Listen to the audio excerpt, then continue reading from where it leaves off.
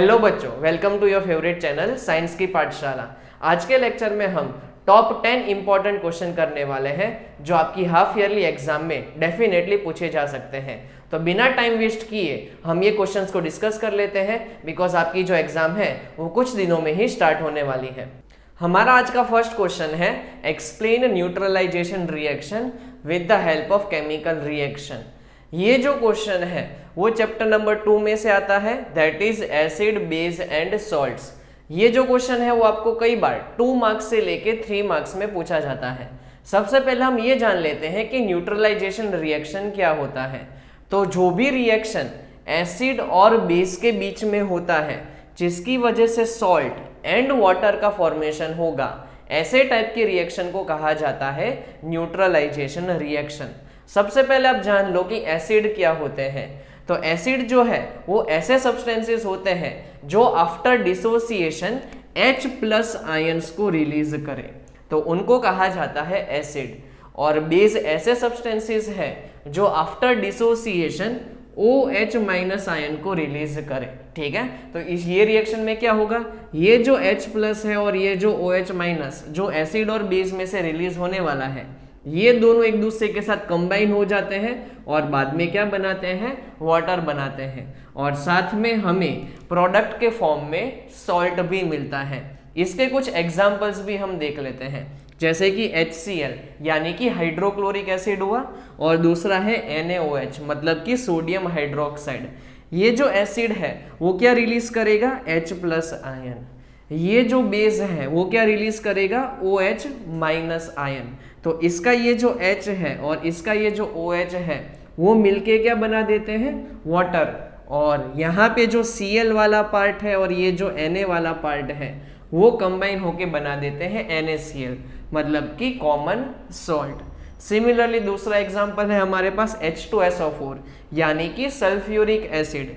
ये वापिस से जब यहाँ पे सोडियम हाइड्रोक्साइड के साथ रिएक्ट करेगा, तो देखो यहाँ पे जो Na है वो ये वाले SO4 के साथ रिएक्ट करेगा, तो उसके यहाँ पे बनेगा Na2SO4। और सिमिलरली ये जो OH है और ये जो H है वो कंबाइन होके क्या बनाएंगे, वाटर का फॉर्मेशन करेंगे। सिमिलरली जब HCl KOH के साथ जो है रिएक्ट करेगा, KOH क्या है, तो पोटेशियम हाइड्रोक्साइड। एक चीज नोटिस करना, जितने भी बेस है ना उसके वहां पे देखो OH आता है। ठीक है, सो दैट मीन्स यहाँ पे क्या होगा रिएक्शन, ये जो H है वो ये वाले OH के साथ रिएक्ट करके बनाएगा वाटर अगेन, और ये वाला जो K है वो यहाँ पे Cl के साथ रिएक्ट करेगा और बना देगा KCl, जो क्या हुआ, पोटेशियम क्लोराइड सॉल्ट हुआ। और लास्ट रिएक्शन अगर हम देखें तो अगेन जब HCl मैग्नीशियम हाइड्रोक्साइड के साथ रिएक्ट करेगा तो सॉल्ट का फॉर्मेशन होता है मैग्नीशियम क्लोराइड, और साथ साथ में अगेन वाटर रिलीज होता है। तो ये आपके लिए बहुत ही इंपॉर्टेंट क्वेश्चन है, इसको अच्छे से याद कर लेना। ये जो फॉर्मूला है वो भी याद होना चाहिए, साथ साथ में डेफिनेशन भी याद होनी चाहिए, और साथ साथ में ये जो रिएक्शन है ना उसके अगर आप स्टेटमेंट भी लिख दोगे ना तो आपको फुल मार्क्स मिल जाएंगे। हमारा नेक्स्ट इंपॉर्टेंट क्वेश्चन है, explain preparation of caustic soda, यानी कि हमें NaOH, ठीक है, जिसको सोडियम हाइड्रोक्साइड कहते हैं, उसका प्रिपरेशन करना है। और साथ साथ में हमें यहाँ पे जितने भी प्रोडक्ट्स फॉर्म होते हैं उसके यूजेस को भी मेंशन करना है। ये एक ऐसा क्वेश्चन है जिसको 2 मार्क्स में भी पूछ लेते हैं, 3 मार्क्स में भी पूछ लेते हैं और 4 मार्क्स में पूछ लेते हैं, डिपेंडिंग अपॉन कितना कंटेंट आप लिखोगे या तो पूछा जाएगा। सो यहाँ पे जो है ये प्रोसेस को क्लोर अल्कलाई प्रोसेस भी कहा जाता है। ये चीज याद रखना, क्योंकि ये क्वेश्चन को ट्विस्ट करके पूछ लेते हैं कई बार कि एक्सप्लेन क्लोर अल्कलाई प्रोसेस, तो इसका आंसर भी जो है वो सेम रहेगा जो हम यहाँ पे अभी डिस्कस करने वाले हैं। तो सबसे पहले जो है हम यहाँ पे ये रिएक्शन को देख लेते हैं। आप लोगों ने कैथोड और एनोड के बारे में स्टडी किया होगा, ठीक है, जहाँ पे हम इलेक्ट्रोलिसिस प्रोसेस करते हैं, जहाँ पे हमारे पास 2 टर्मिनल होते हैं, एक होता है कैथोड, दूसरा होता है एनोड। कैथोड जो है वो नेगेटिव टर्मिनल होता है, एनोड जो है वो पॉजिटिव टर्मिनल होता है। हम जो है कंटेनर के अंदर सॉल्ट लेते हैं और उसके अंदर हमने वाटर को ऐड कर दिया, ठीक है। तो यहाँ पे क्या बनेगा, एक सॉल्यूशन बनेगा जिसको कहा जाता है ब्राइन सॉल्यूशन। ये पार्ट आप याद रखना। जो सॉल्ट और वाटर का सॉल्यूशन बनता है उसको क्या कहते हैं, ब्राइन सॉल्यूशन। अब हम क्या करेंगे, वो सॉल्यूशन में से इलेक्ट्रिसिटी को पास करेंगे, और जैसे ही हम इलेक्ट्रिसिटी को पास करेंगे तो यहाँ पे जो है एक रिएक्शन फॉर्म होता है, यहाँ पे कन्वर्जन हो जाता है इन रिएक्टेंट का प्रोडक्ट में, और यहाँ पे जो है हमें मिलता है NaOH जो हमारा मेन प्रोडक्ट है। ठीक है, हमको मिल गया हम यहाँ पे कॉस्टिक सोडा, साथ साथ में हमें दो गैसेस भी मिलती है, that is H2 and Cl2। H2 जो है वो हमें कहाँ पे मिलेगी, कैथोड वाले टर्मिनल पे मिलेगी, और जो क्लोरीन गैस है वो हमें मिलेगी एनोड वाले टर्मिनल पे। कैसे याद रख सकते हो, तो कैथोड जो है वो नेगेटिव टर्मिनल है, तो वहाँ पे ऐसी गैस मिलेगी जो पॉजिटिव आयन बना सके, और एनोड जो है वो पॉजिटिव टर्मिनल होता है, तो यहाँ पे ऐसी गैस मिलेगी जो नेगेटिव आयन बना सके। तो इस तरीके से आप याद रख सकते हो, और ये रिएक्शन आप डेफिनेटली याद कर लेना बिकॉज ये पूछा ही जाता है। अब हम देख लेते हैं कि यहाँ पे जितने भी प्रोडक्ट मिले उसके यूजेस क्या होंगे। तो सबसे पहले जो है हम हाइड्रोजन के यूजेस को देख लेते हैं। तो हाइड्रोजन जो है अगर हम उसको लिक्विड फॉर्म में कन्वर्ट कर दे तो हम उसे रॉकेट फ्यूल की तरह भी यूज कर सकते हैं। साथ साथ में हाइड्रोजन का यूज करके अमोनिया यानी कि NH3 भी बनाया जाता है। साथ साथ में अभी हमने थोड़ी देर पहले एसिड्स के बारे में देखा था न्यूट्रलाइजेशन रिएक्शन में, तो उसके अंदर भी हाइड्रोजन था। दैट मीन्स हाइड्रोजन को जो है बाद में हम HCl के फॉर्मेशन में भी यूज कर सकते हैं, H2SO4 के फॉर्मेशन में भी यूज कर सकते हैं। साथ साथ में जो है हम यहाँ पे वनस्पति घी के फॉर्मेशन में भी इसका यूज कर सकते हैं। साथ साथ में हम यहाँ पे जो है क्लोरीन का भी जो है यूजेस देख लेते हैं। सबसे पहले क्लोरीन को जो है वाटर ट्रीटमेंट के लिए यूज किया जाता है एज अ डिसइंफेक्टेंट। आपने देखा होगा कि स्विमिंग पूल में जब लोग जाते हैं, ठीक है, तो उसकी वजह से स्विमिंग पूल जो है वो उसका वाटर जो है वो इन्फेक्ट हो सकता है, तो उसको क्लीन करने के लिए जो है वहाँ पे क्लोरीन गैस का यूज किया जाता है। साथ साथ में PVC पाइप्स यानी कि पॉलीविनाइल क्लोराइड जो पाइप्स हैं उसको बनाने के लिए भी क्लोरीन गैस का यूज किया जाता है। साथ साथ में पेस्टिसाइड्स बनाने के लिए भी इसका यूज करते हैं। साथ साथ में ब्लीचिंग पाउडर यानी कि CaOCl2, ठीक है, इसका जो फॉर्मेशन है, प्रिपरेशन है, उसके लिए भी क्लोरीन गैस का यूज किया जाता है। अब लास्ट में हम देख लेते हैं ये यूजेस ऑफ NaOH। कहाँ पे NaOH का यूज किया जाता है, तो सबसे पहला पॉइंट आप नोट कर लो, that is soap and detergent को बनाने के लिए NaOH का यूज करेंगे। साथ साथ में पेपर इंडस्ट्री में जब पेपर बनाना होता है तो वहाँ पे भी NaOH का यूज किया जाता है। मेटल को डीग्रीज करने के लिए भी यूज करते हैं, और साथ साथ में जो आर्टिफिशियल फाइबर इंडस्ट्री है वहाँ पे भी इसका यूज किया जाता है। ये एक ऐसा क्वेश्चन है कि इसमें से 1 मार्क्स के भी बहुत सारे क्वेश्चन पूछे जाते हैं in the form of MCQ, true false, match the following, किसी भी तरीके से पूछ सकते हैं। दैट मीन्स आपको जो ये पार्ट है वो पूरा अच्छे से याद होना चाहिए, तो आप डेफिनेटली जो है इसको अच्छे से याद कर लेना सो दैट आपको जो है एग्जाम में कहीं पे प्रॉब्लम ना आए। नेक्स्ट हम देखेंगे क्वेश्चन नंबर 3, जहाँ पे हमें preparation of plaster of Paris को डिस्कस करना है, और साथ साथ में ये जो प्लास्टर ऑफ पेरिस जिसको POP कहा जाता है उसके यूजेस को भी हम साथ में डिस्कस कर लेंगे। ये जो अगेन क्वेश्चन जो है वो चैप्टर नंबर 2 में से ही लिया है। सबसे पहले हम इसका रिएक्शन देख लेते हैं। यहाँ पे देखो हमारे पास एक सब्सटेंस होता है जिसको कहते हैं जिप्सम। जिप्सम का फॉर्मूला आप याद रख लो, CaSO4.2H2। ये क्या है, एक्चुअल में कैल्शियम सल्फेट है जिसके साथ 2 मॉलिक्यूल्स जो है वाटर के अटैच होते हैं, और इसको कहा जाता है जिप्सम। जब हम जिप्सम को हीट करते हैं एट 373 केल्विन टेम्परेचर यानी कि 100 डिग्री सेल्सियस टेम्परेचर पे, तो उस केस में यहाँ पे देखो टोटल 2 मॉलिक्यूल्स हैं वाटर के, उसमें से 1.5 वाटर का जो मॉलिक्यूल है वो लिबरेट हो जाता है, और सिर्फ हाफ वाटर का मॉलिक्यूल जो है वो बचता है, और ये जो CaSO4.12H2O है उसको कहा जाता है प्लास्टर ऑफ पेरिस। ये जो रिएक्शन है और इसका एक्सप्लेनेशन जो है वो आपको 2 मार्क्स में कई बार पूछा जाता है। इसके यूजेस जो है वो हम देख लेते हैं। आपने कई बार देखा होगा कि जो फ्रैक्चर्ड बोन्स होते हैं, ठीक है, तो उसके ऊपर प्लास्टर किया जाता है। वो एक्चुअल में जो है वो किसका बना होता है, तो इसी का ही, प्लास्टर ऑफ पेरिस का। साथ साथ में डेकोरेटिव पीसेस भी बनाए जाते हैं। घर के ऊपर जो सीलिंग है, ठीक है, वहाँ पे भी इसका यूज़ किया जाता है। और साथ साथ में कोई फायर प्रोटेक्शन सिस्टम का प्रोडक्ट बनाना है तो वहाँ पे भी पीओपी का यूज़ किया जाता है। ये बहुत ही सिंपल क्वेश्चन है, आपको बस ये रिएक्शन लिखना आना चाहिए, इसका स्टेटमेंट भी लिखना आना चाहिए, और अगर आप यूजेस को याद कर लोगे तो आपको डेफिनेटली यहाँ पे 2 मार्क्स जो है वो मिल जाएंगे। अब हम नेक्स्ट इंपॉर्टेंट क्वेश्चन देख लेते हैं, क्वेश्चन नंबर 4, जहाँ पे हमें न्यूक्लियर फिजन और न्यूक्लियर फ्यूजन के बारे में स्टडी करना है। ये जो क्वेश्चन है वो चैप्टर नंबर 14 में से आता है। ये जो है सीबीएसई बोर्ड में से चैप्टर को ओमिट कर दिया है, लेकिन स्टेट बोर्ड में ये क्वेश्चन पूछा जाता है। ये अगेन आपको 2 मार्क्स से लेके 3 मार्क्स में पूछा जाता है। यहाँ पे हमें टोटल 2 फेनोमेना जो है स्टडी करने हैं। एक फेनोमेना को कहा जाता है न्यूक्लियर फिजन और दूसरा फेनोमेना है जिसको कहते हैं न्यूक्लियर फ्यूजन। एक्चुअल में ये जो दोनों फेनोमेना है वो न्यूक्लियर एनर्जी का पार्ट है, और न्यूक्लियर एनर्जी का मतलब होता है किसी भी एटम के न्यूक्लियस में से जो एनर्जी रिलीज होती है उसको कहा जाता है न्यूक्लियर एनर्जी। और अब हम देख लेते हैं कि न्यूक्लियर फिजन का मतलब क्या होता है।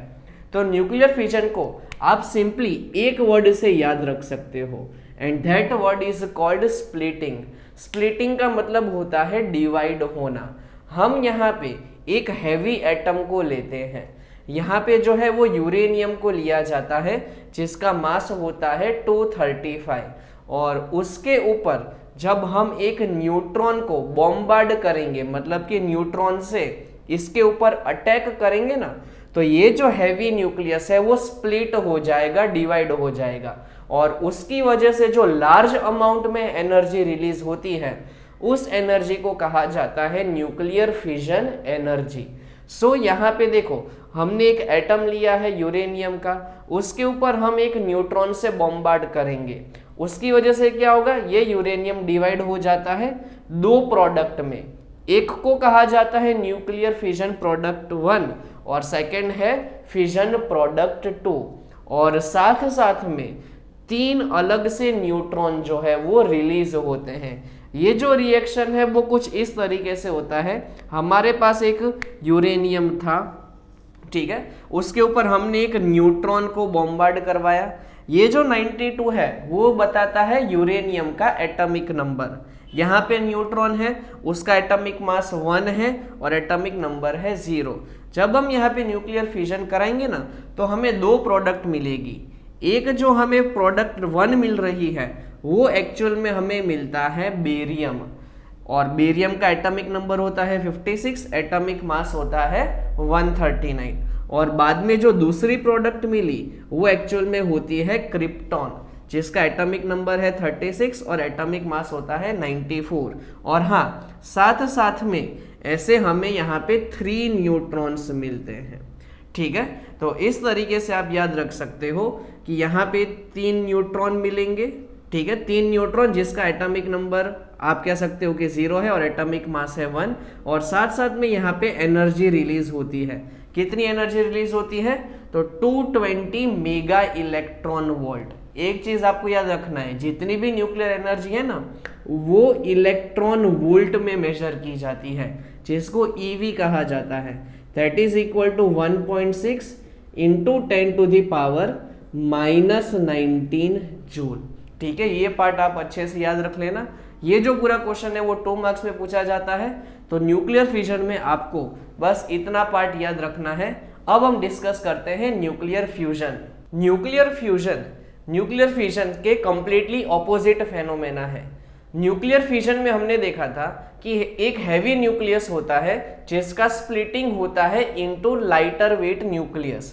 यहाँ पे जो है क्या होगा, जो लाइटर वेट न्यूक्लियाई है वो हो जाएंगे कंबाइन, जिसकी वजह से बनेगा एक हैवी न्यूक्लियस और साथ साथ में हाई अमाउंट में एनर्जी रिलीज होगी। ये जो रिएक्शन है उसको कैरी आउट करने के लिए हाई प्रेशर चाहिए और हाई टेम्परेचर चाहिए, और टेम्परेचर की अगर हम बात करें ना तो वो मिलियंस ऑफ डिग्री सेल्सियस में चाहिए। ये जो रिएक्शन है वो होता है सन की सरफेस के ऊपर, और साथ साथ में कुछ स्टार्स जो है वहां पे भी ये रिएक्शन को जो है वो देखा गया है, और उसी की वजह से सन और स्टार्स जो है वो हमें लाइट प्रोवाइड करते हैं एनर्जी के फॉर्म में। सो यहाँ पे किस तरीके से रिएक्शन होगा ये पार्ट आप अच्छे से समझ लेना। हमारे पास जो है दो लाइटर वेट जो है न्यूक्लियाई है, ठीक है। ये एक्चुअल में क्या है, न्यूट्रॉन्स है, और न्यूट्रॉन्स क्या है, एक्चुअल में हाइड्रोजन का आइसोटोप्स होते हैं। तो यहाँ पे जब दो न्यूट्रॉन कंबाइन होंगे, मतलब कि यहाँ पे जब उनका फ्यूजन रिएक्शन होगा तो उस केस में एक हैवी एटम बनता है, ठीक है, जो किसका बनेगा, हीलियम का बनेगा। साथ साथ में यहाँ पे हाई अमाउंट में एनर्जी रिलीज होती है। कितनी एनर्जी रिलीज होगी तो ये आपको याद रखना है 3.27 मेगा इलेक्ट्रॉन वोल्ट। तो इस तरीके से यहाँ पे जो दो न्यूक्लियस है वो कंबाइन होके एक हैवी न्यूक्लियस बनाते हैं, और साथ साथ में लार्ज अमाउंट में एनर्जी जो है वो रिलीज होती है। और इसी फेनोमेना पे हाइड्रोजन बॉम्ब वर्क करता है, ये आपको याद रखना है, ठीक है। ये एक इंपॉर्टेंट क्वेश्चन है, कई बार पूछा जाता है 1 मार्क में कि hydrogen bomb works on which principle. तो अब याद रखना कि न्यूक्लियर फ्यूजन के प्रिंसिपल पे हाइड्रोजन बॉम्ब जो है वो हमेशा वर्क करेगा। साथ साथ में आपको कई बार पूछा जाता है कि ये जो न्यूक्लियर फ्यूजन है और साथ साथ में न्यूक्लियर फ्यूजन, वहां पे इतनी अमाउंट में एनर्जी कैसे रिलीज होती है। तो आप लोगों को याद हो तो केमिस्ट्री में हम देखते हैं कि मास ऑफ रिएक्टेंट जो है ना वो हमेशा मास ऑफ प्रोडक्ट के इक्वल में होना चाहिए, जिसको कहा जाता है law of conservation of mass. लेकिन एक्चुअल में ये यहाँ पे वैलिड नहीं होता। यहाँ पे हमेशा कुछ ना कुछ मास जो है प्रोडक्ट साइड पे हमेशा लेस मिलेगा as compare to reactant. That means यहाँ पे हमें लेस मास मिलेगा प्रोडक्ट का, ठीक है। उस चीज को कहा जाता है मास डिफेक्ट, ठीक है। मास डिफेक्ट का मतलब क्या हुआ, mass of product minus mass of reactant, और उसको जब हम c स्क्वायर से मल्टीप्लाई करेंगे, c का मतलब क्या होता है, तो speed of light in vacuum. तो जब डेल्टा m को c स्क्वायर से मल्टीप्लाई किया जाता है तो उससे हमें मिलती है एनर्जी। कौन सी एनर्जी, तो न्यूक्लियर फ्यूजन और फ्यूजन वाली एनर्जी। और ये जो इक्वेशन है वो आपको पता ही है, बहुत ही फेमस साइंटिस्ट अल्बर्ट आइंस्टाइन ने दिया था। इसको मास एनर्जी रिलेशन भी कहा जाता है। तो ये पार्ट आप जो है वो अच्छे से याद रखना। नेक्स्ट हम देखते हैं क्वेश्चन नंबर 5, जो chapter number 11 human I and colourful world वाले चैप्टर में से है। यहाँ पे क्वेश्चन आपको कई बार पूछा जाता है, what is myopia, write its causes and methods to correct it. Myopia जो है वो एक टाइप का आई डिफेक्ट है, उसके बारे में हमें पूछा जाता है, और ये क्यों होता है उसके कॉजेज पूछते हैं, और उसको ठीक करने के लिए क्या किया जाता है वो मेथड को भी आपको एक्सप्लेन करने का रहता है। और ये जो क्वेश्चन है वो आपको 3 मार्क्स में डेफिनेटली पूछा जाता है। तो सबसे पहले जो है मायोपिया क्या होता है उसके बारे में आप लोग जान लो।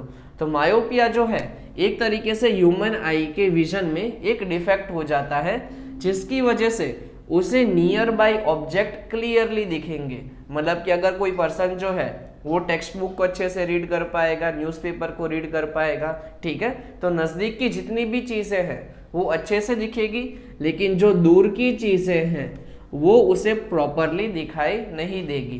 दैट मीन्स वो पर्सन को कैसा हो गया, दूर के नंबर है, नज़दीक का जो है वो अच्छे से दिखाई देता है। तो ऐसे टाइप के डिफेक्ट को कहा जाता है मायोपिया। ये क्यों होता है, तो उसके टोटल 2 रीजंस हैं। First is increase in diameter of eye ball. हमारा जो आई बॉल है ह्यूमन आई का, उसका डायामीटर होता है 2.3 सेंटीमीटर, ठीक है। लेकिन अगर इसकी साइज चेंज हो गई, इंक्रीज हो जाती है, तो उसकी वजह से जो है मायोपिया हो जाता है। सेकंड जो है वो है decrease in focal length of eye lens, ठीक है। हमारे आई के अंदर जो लेंस है, ठीक है, उसकी एक हमेशा फोकल लेंथ होती है, वो अगर डिक्रीज हो गई तो उसकी वजह से मायोपिया हो सकता है। जो नॉर्मल विजन है किसी भी पर्सन का, ठीक है, उसका जो फार पॉइंट है ना वो इन्फिनिटी माना जाता है। इसका मतलब क्या हुआ कि हम इनफाइनाइट डिस्टेंस तक क्लियरली देख सकते हैं अगर हमारा जो विजन है वो नॉर्मल है। लेकिन अगर किसी पर्सन को मायोपिया हो चुका है तो उसका जो ये फार पॉइंट है ना, वो अब इन्फिनिटी नहीं रहेगा, ठीक है, वो कैसा हो जाएगा, एट अ फाइनाइट डिस्टेंस हो जाता है।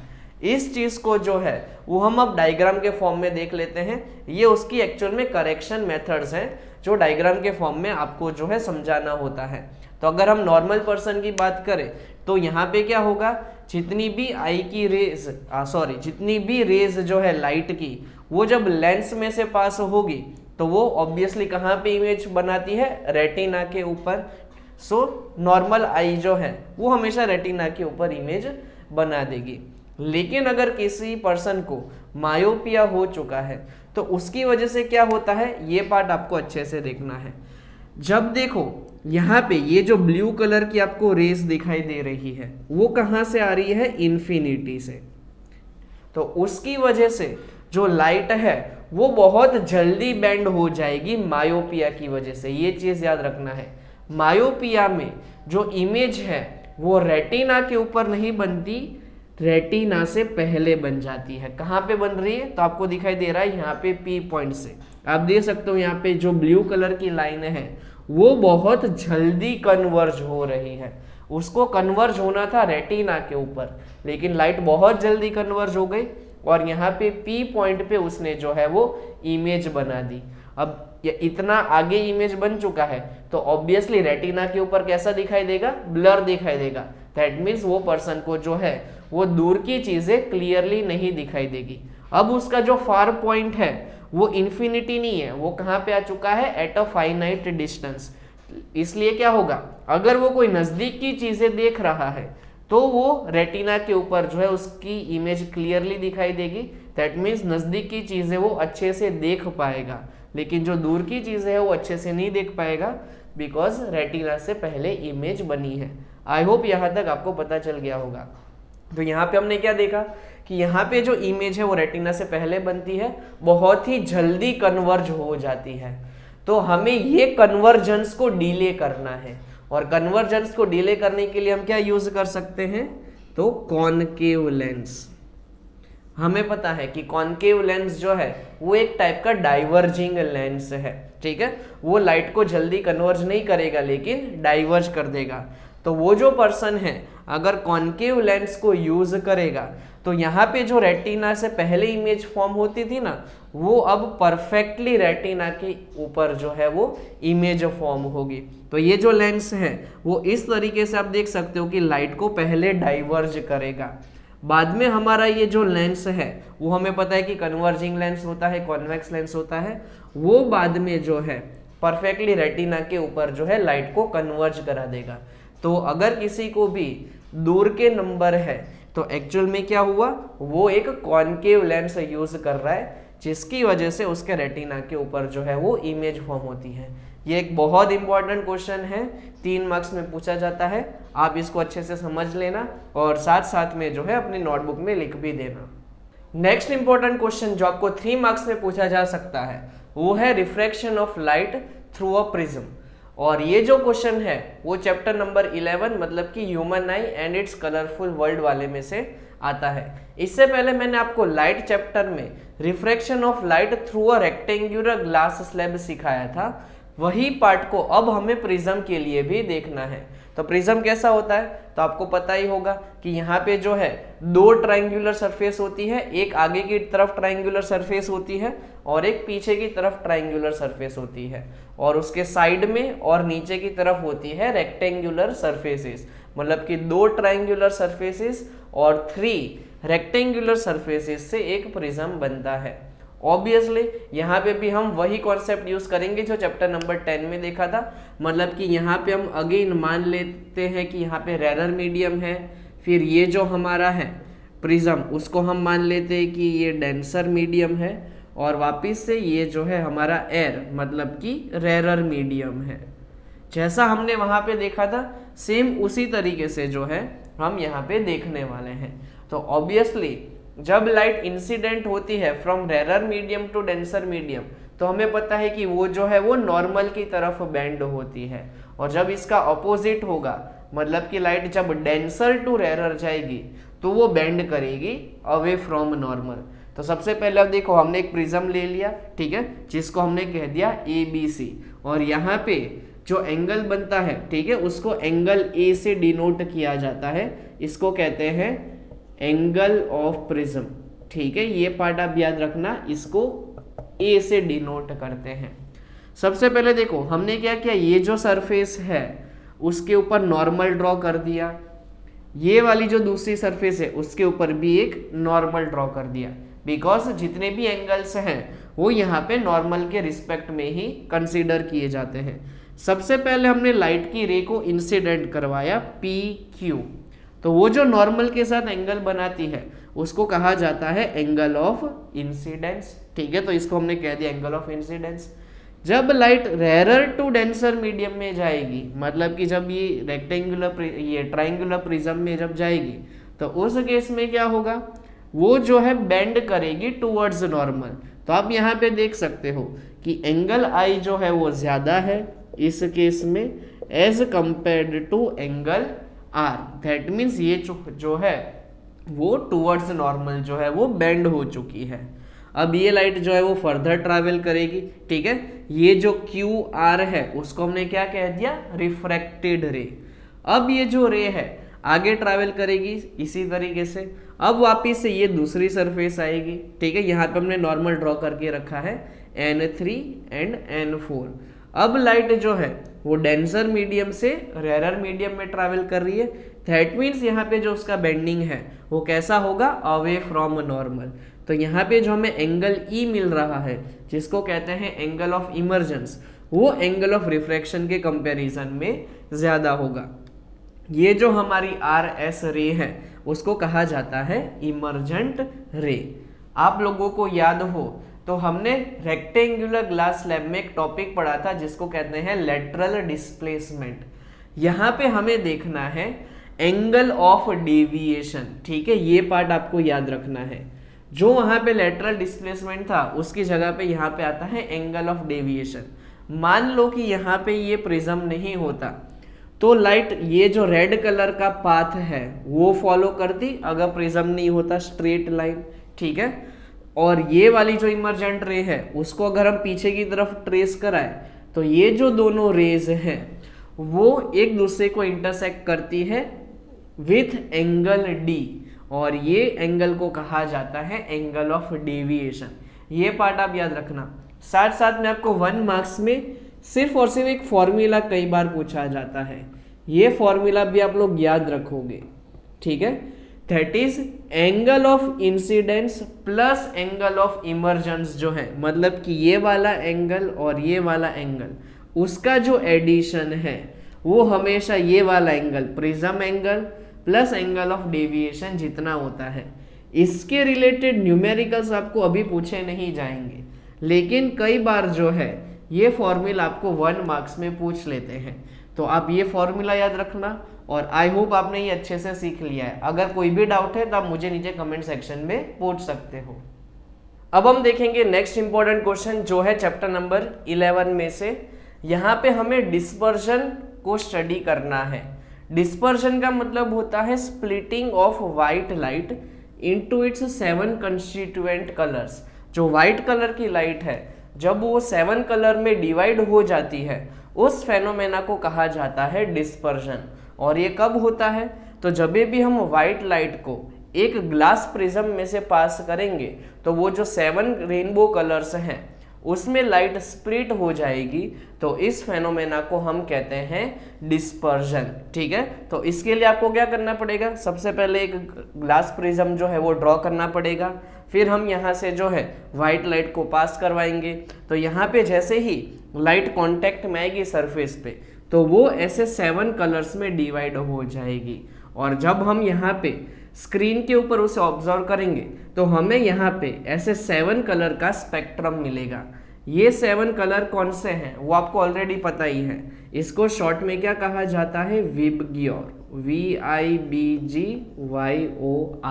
इसका मतलब क्या हुआ, V मतलब वायलेट, I मीन्स इंडिगो, फिर blue, green, yellow, orange and red. तो ऐसे 7 कलर का जो स्पेक्ट्रम है वो हमें व्हाइट स्क्रीन के ऊपर दिखाई देता है। बहुत ही सिंपल फेनोमेना है। एक इंपॉर्टेंट पार्ट आपको यहाँ पे याद रखना है जो 1 मार्क्स में कई बार पूछा जाता है, दैट इज रिगार्डिंग वेवलेंथ। जो रेड कलर की लाइट है उसकी वेवलेंथ सबसे ज़्यादा होती है, ये चीज़ आप अपने नोटबुक में नोट कर लो, पूछा जा सकता है। और ये जो वायलेट कलर है उसकी वेवलेंथ सबसे मिनिमम है। इससे क्या पता चलता है ये भी आप अच्छे से समझ लेना। यहाँ पे जो है एक फेनोमेना होता है डेविएशन। डेविएशन का मतलब है बेंडिंग ऑफ लाइट। वो जो है वो इनवर्सली प्रोपोर्शनल टू वेवलेंथ चलता है। दैट मीन्स जिसका वेवलेंथ सबसे ज़्यादा होगा वो लाइट सबसे कम बेंड होगी, और जिसका वेवलेंथ सबसे कम है वो लाइट सबसे ज़्यादा बेंड होगी। यहाँ पे हमने देखा कि वायलेट कलर की लाइट जो है उसकी वेवलेंथ सबसे कम है, इसलिए देखो वो सबसे ज़्यादा बेंड होके हमें यहाँ पे बॉटम पे मिलेगी। और रेड कलर की जो लाइट है वो सबसे कम बेंड हुई, इसलिए वो हमें कहाँ पे मिली, टॉप पे मिली। ये एक ऐसा पार्ट है जो आपको डेफिनेटली पूछा जा सकता है, और ये जो पूरा क्वेश्चन है वो 3 मार्क्स में पूछ लेते हैं। सिंपली डिस्पर्शन का मतलब क्या हुआ, तो जब लाइट 7 कलर में डिवाइड होती है उसको कहा जाता है डिस्पर्शन ऑफ लाइट। आपको ये बस फिगर बनाना आना चाहिए और ये कॉन्सेप्ट पता होना चाहिए, बिकॉज इसके बेसिस पे जो है आपको जो है क्वेश्चन पूछे जाते हैं। नेक्स्ट हम देखते हैं क्वेश्चन नंबर 8 जो चैप्टर नंबर 2 में से आता है, यानी कि एसिड, बेस एंड सॉल्ट। यहाँ पे आपको कई बार जो है एसिड का रिएक्शन पूछा जाता है with metal carbonates and metal hydrogen carbonates के साथ। तो यहाँ पे जो है आपको जो है सिर्फ और सिर्फ रिएक्शन लिखना होता है। कई बार ये जो क्वेश्चन है वो आपको एक्टिविटी के फॉर्म में पूछा जाता है, जहाँ पे जो है आपको एक डायग्राम प्रोवाइड किया होता है और वहाँ पे डिफरेंट टेस्ट ट्यूब होती है, और टेस्ट ट्यूब के में शो किया होता है कि यहाँ पे पर्टिकुलर जो है हमने सोडियम कार्बोनेट को लेके रखा हुआ है, ठीक है, और बाद में जब हम इसके ऊपर एसिड को ऐड करेंगे तो कौन से प्रोडक्ट फॉर्म होंगे, इस तरीके से भी कई बार पूछ लेते हैं। तो ये जो रिएक्शन है उसका सबसे पहले आप लोग जनरल फॉर्मूला नोट कर लो। यहाँ पे जो है जब भी मेटल कार्बोनेट या तो मेटल हाइड्रोजन कार्बोनेट एसिड के साथ रिएक्ट करेगा तो सॉल्ट बनता है, कार्बन डाइऑक्साइड बनता है एंड वाटर का फॉर्मेशन होता है। आपको इस तरीके से याद होना चाहिए कि देखो जैसे यहाँ पे कार्बोनेट है ना, तो वो कार्बोनेट की वजह से क्या निकलेगा, हमेशा कार्बन डाइऑक्साइड निकलेगा।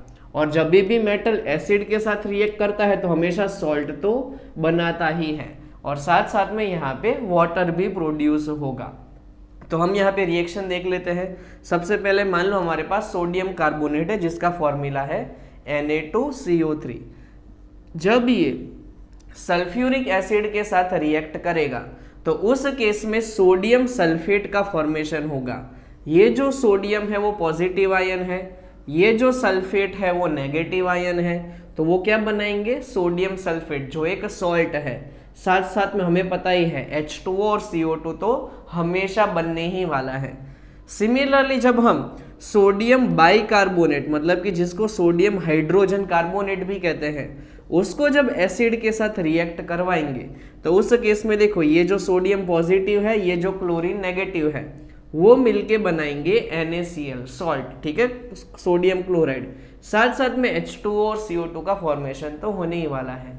यहाँ पे एक ट्रिक क्वेश्चन आपको पूछ लेते हैं कि यहाँ पे जो गैस रिलीज हो रही है CO2, ठीक है, उसको कैसे कंफर्म किया जाए, कैसे आइडेंटिफाई किया जाए। तो एक रिएक्शन आपको याद रखना है कि जब हम ये CO2 को लाइम वाटर के साथ मिक्स करेंगे, रिएक्ट करवाएंगे, तो वो जो लाइम वाटर है वो मिल्की हो जाता है, ठीक है, जिसको क्या कहते हैं, कैल्शियम कार्बोनेट। ये एक बहुत इंपॉर्टेंट क्वेश्चन है, आपको 2 मार्क्स से लेके 3 मार्क्स में पूछा जाता है।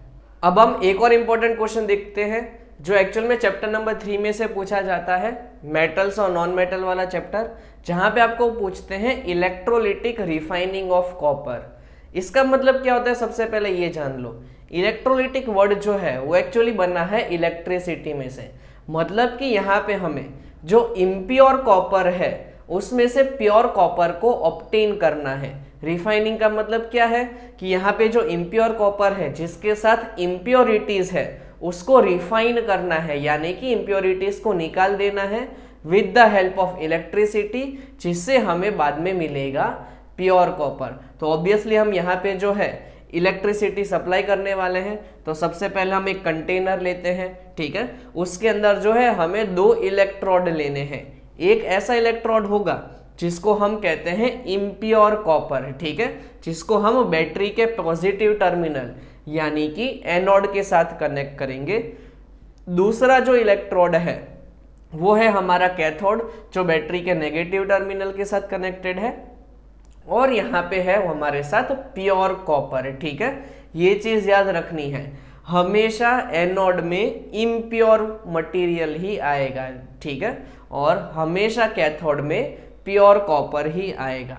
साथ साथ में ये चीज याद रखनी है कि अब जो यहाँ पे हमारे पास कंटेनर है उसके अंदर हमें सॉल्यूशन लेना है। यहाँ पे हमारे पास कॉपर को जो है कन्वर्ट करने का है इम्प्योर में से प्योर में, इसलिए हम यहाँ पे कॉपर सल्फेट का ही सॉल्यूशन लेंगे। ये चीज आप याद रखना, यहाँ पे इम्प्योर मेटल हमेशा आएगा, यहाँ पे हमेशा प्योर मेटल आएगा, और हमेशा यहाँ पे उसी मेटल का जो सॉल्ट है उसका सॉल्यूशन आएगा। अब देखो यहाँ पे किस तरीके से जो है रिएक्शन होगा वो आपको अच्छे से समझना है। जैसे ही हम यहाँ पे इलेक्ट्रिसिटी सप्लाई करेंगे तो उसकी वजह से क्या होगा, इसके साथ जितनी भी इम्प्योरिटीज है वो नीचे सेटल हो जाएगी, ठीक है, जैसे कि सैंड हो गया, ठीक है, वैसी इम्प्योरिटीज जो है वो इसके नीचे जो है एनोड के नीचे जाके सेटल होने वाली है, इसलिए इसको कहा जाता है एनोड मड। ये पार्ट याद रखना, ठीक है। ये जो इम्प्योरिटीज है वो एनोड में से निकली है, जैसे कि सैंड हो गया आपके पास, ठीक है, तो वो इम्प्योरिटीज को हम कहेंगे एनोड मड।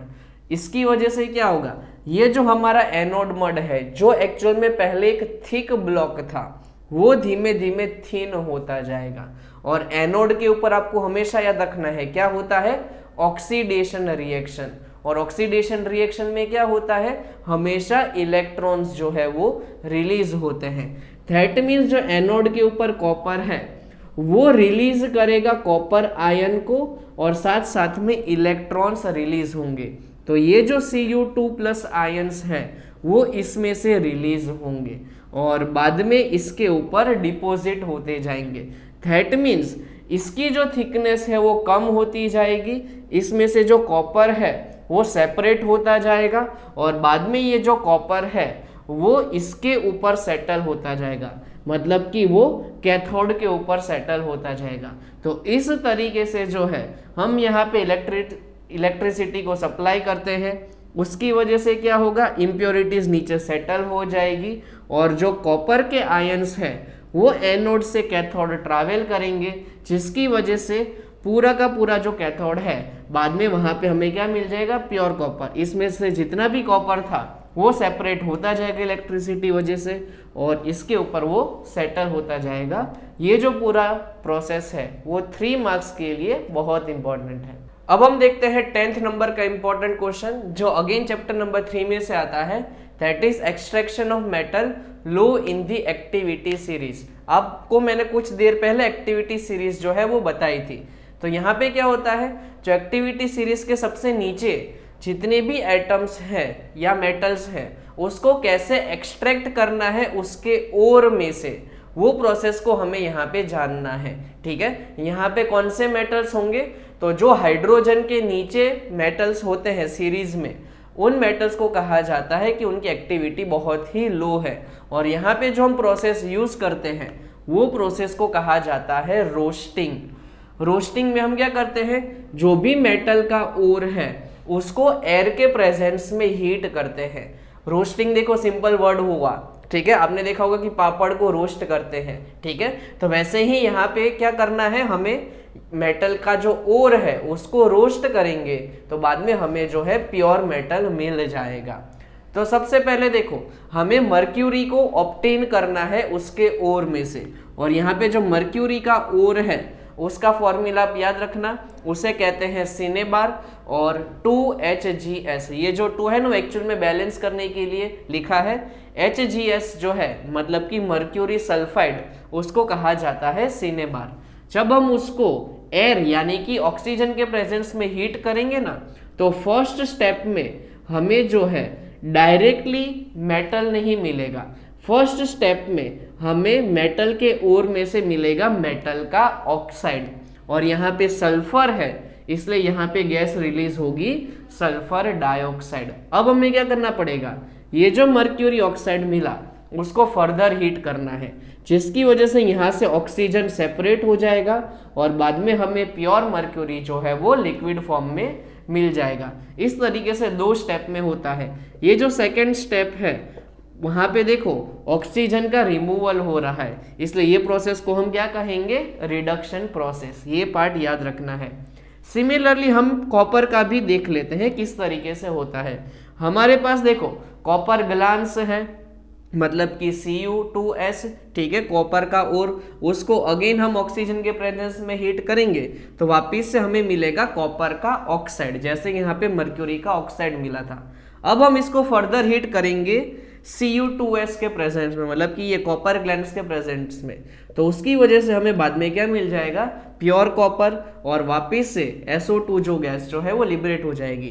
तो इस तरीके से किसी भी आप कह सकते हो कि ओर में से जो है, जो specifically low in activity series है, ऐसे मेटल को ऑब्टेन किया जाता है, और ये प्रोसेस को क्या कहेंगे, रोस्टिंग। मैंने आपको 10 इंपॉर्टेंट क्वेश्चंस तो बता दिए, साथ साथ में मैं आपको 10 इंपॉर्टेंट क्वेश्चन की लिस्ट प्रोवाइड कर रहा हूं। ये ऐसे क्वेश्चन हैं जो मैंने आपको ऑलरेडी सिखा दिए हैं, और इनकी लिंक आपको नीचे डिस्क्रिप्शन में मिल जाएगी, साथ साथ में कमेंट सेक्शन में। आप नीचे देखोगे तो क्लास 10 प्ले लिस्ट मिलेगा। उस लिंक के ऊपर आप जैसे ही क्लिक करोगे तो आपको वहां पे चैप्टर वाइज वीडियोस मिल जाएंगे, और वो चैप्टर वाइज वीडियोस के अंदर मैंने ये जो 10 इंपॉर्टेंट क्वेश्चंस हैं वो ऑलरेडी सिखा दिए हैं।